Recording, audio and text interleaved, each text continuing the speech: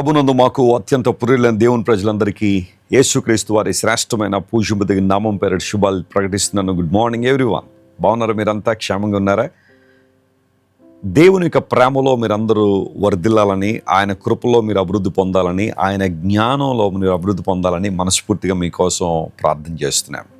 ప్రార్థన పరిస్థితులు మారుస్తుంది. ప్రార్థన మనకు అన్ని విషయాల్లో విజయాన్ని ఇస్తుంది. క్రైస్తవ జీవితంలో ప్రార్థన చాలా ప్రాముఖ్యమైనది. ప్రతి ఉదయాన్నే లేచిన తర్వాత మనం దేవునికి కృతజ్ఞత ప్రార్థన చేసిన తర్వాత, దేవుని లేఖనాన్ని పఠించిన తర్వాత ఒక వాగ్దానాన్ని బైబిల్లోంచి మనం ధ్యానం చేస్తున్నాం.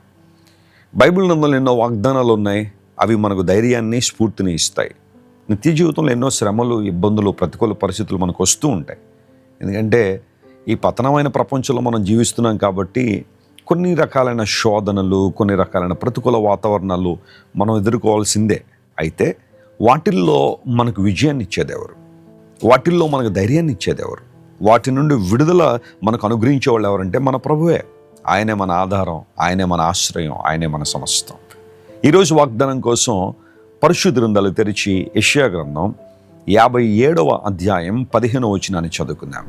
The book of Isaiah chapter 15 and verse 15. మహాగణుడును, మహోన్నతుడును, పరిశుద్ధుడును, నిత్య నివాసియునైన వాడు ఇలాగు సెలవిచ్చుచున్నాడు. నేను మహోన్నతమైన పరిశుద్ధ స్థలములో నివసించువాడను అయినను వినయము గల వారి ప్రాణమును ఉజ్జీవింపు చేయుటకును, నలిగిన వారి ప్రాణమును ఉజ్జీవింపు చేయుటకును, వినయము గల వారి యొద్దనో, దీన మనస్సు గల వారి యొద్దనో నివసించుచున్నాను. Praise the lord. ఈ ఒక్క వచనంలో ఎన్నో ఆధ్యాత్మిక సత్యాలు పరిశుద్ధాత్మ దేవుడు పొందుపరిచారు. దేవుడు ఎటువంటి వాడు? ఆయన లక్షణాలు ఏంటి? మనం దేవుని ఎలా చూడొచ్చు, లేదా ఆయన వ్యక్తిత్వాన్ని మనం ఎలా గుర్తించవచ్చు అంటే ఈ వచనం సెలవిస్తూ ఉంది, మహోన్నతుడు, మహాగణుడు, పరిశుద్ధుడు, నిత్య నివాసి. దేవునికి ఉన్న లక్షణాలు ఇవి. ఆయన మహా ఉన్నతమైన స్థలములో నివసించేవాడు. ఆయన మహాగణుడు. ఆయన్ని మించిన గణుడు మరొకరు లేరు. ఆయన పరిశుద్ధుడు.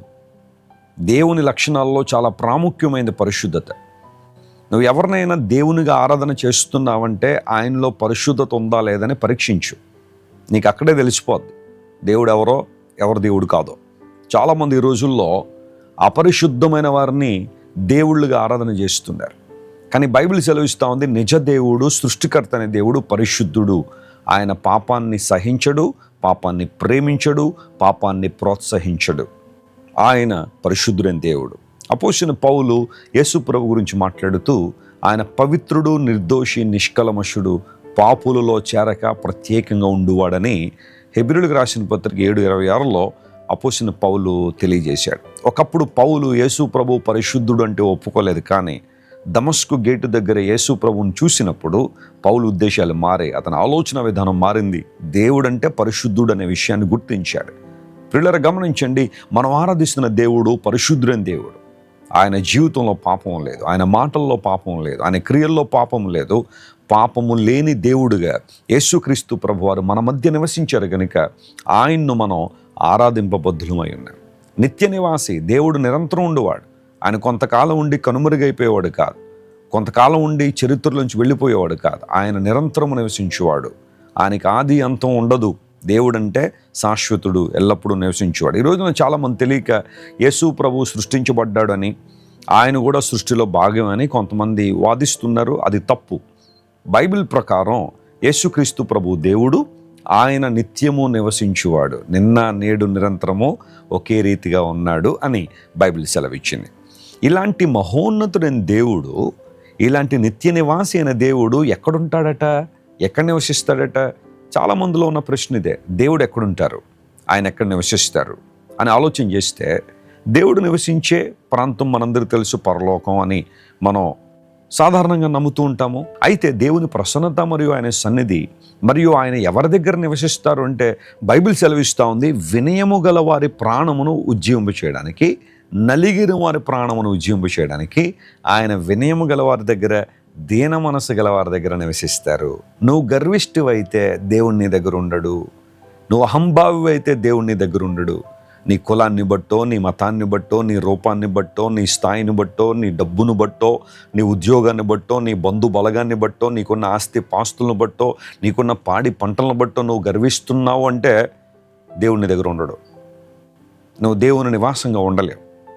అయితే ఎవరైతే వినయము కలిగి ఉంటారో, దీన మనసు కలిగి ఉంటారో, దేవుడు వారి దగ్గర ఉండడం మాత్రం కాకుండా వారిని ఉజ్జీవింపజేస్తాడని బైబిల్లో రాయబడింది. ఉజ్జీవము అన్న చోట ఇంగ్లీష్ బైబిల్లో రివైవ్ అనే మాట రాయబడింది. రివైవ్ అనే మాట హిబ్రూలో కాయా అనే మాట వాడారు. దాని అర్థం ఏంటంటే రెస్టోరేషన్, రెస్టోర్, రిపేర్, రికవర్ అని అర్థాలు వస్తాయి ఆ మాటకు. కాయ అనే మాటకి ఇన్ని అర్థాలు ఉన్నాయి. అంటే దేవుడు మనల్ని బాగు చేయవాడు, దేవుడు మనల్ని లేవనెత్తువాడు, ఆయన మనల్ని పునరుద్ధరించువాడు, పతనమైపోయిన మనలను, పాడైపోయిన మనలను, కూలిపోయిన మనలను తిరిగి లేవనెత్తగలిగిన వాడు, బలపరచగలిగిన వాడు. నీ దౌర్భాగ్య స్థితిని బాగు చేసేవాళ్ళు ప్రపంచంలో ఎవరు లేరేమో. పతనమైపోయిన నిన్ను తిరిగి లేవనెత్తగలిగిన వాడు ప్రపంచంలో ఎవరు లేరేమో. కానీ యేసు ప్రభు ఉన్నారు. ఆయనను లేవనెత్తుతారు, ఆయనను బలపరుస్తారు. నువ్వు కృంగిపోవాల్సిన అవసరం లేదు. నేను ఓడిపోయానండి, నేను పడిపోయానండి, నేను అణగద్రొక్కబడ్డానండి, ఇంకా నా జీవితం ఇంతేనండి అనుకోవడానికి లేదు. God can raise you up. దేవుడిని లేవనెత్తగలవాడు. ఆయన నిన్ను తన సంకల్పాల కోసం వాడుకుంటాడు.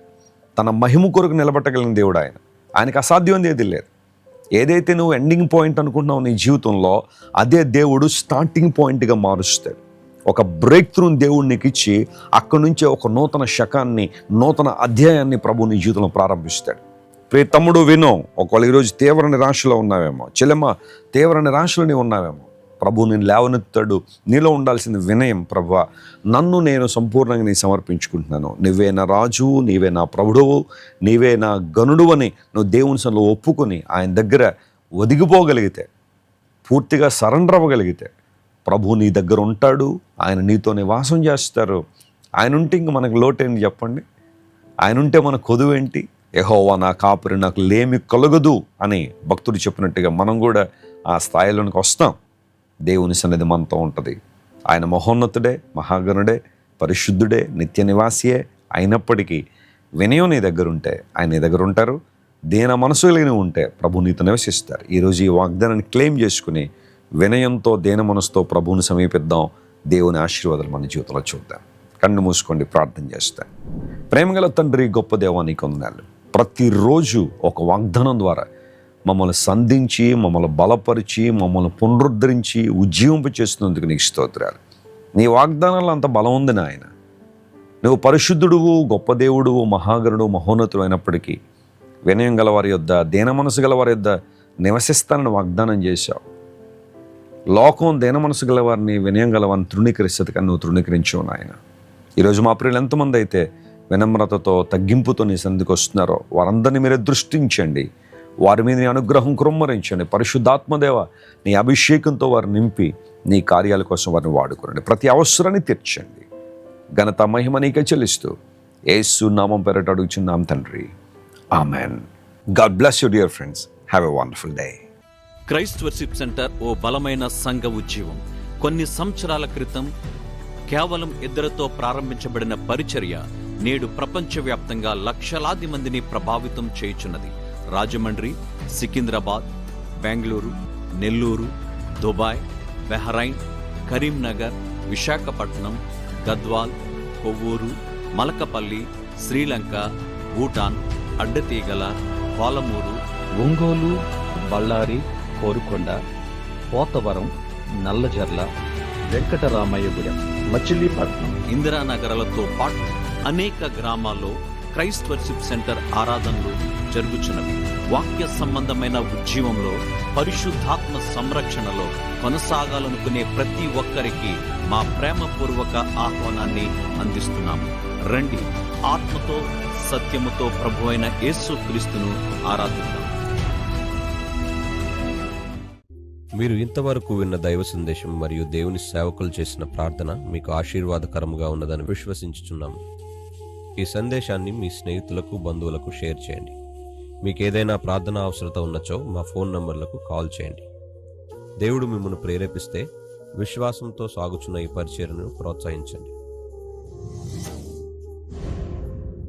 మరిన్ని వర్తమానాలు పాటలు వినుటకు జాన్ వెస్లీ మినిస్ట్రీస్ అను మా యూట్యూబ్ ఛానల్ను సబ్స్క్రైబ్ చేసుకొనండి. ప్రభువైన యేసుక్రీస్తు కృప మీకు తోడైండును గాక.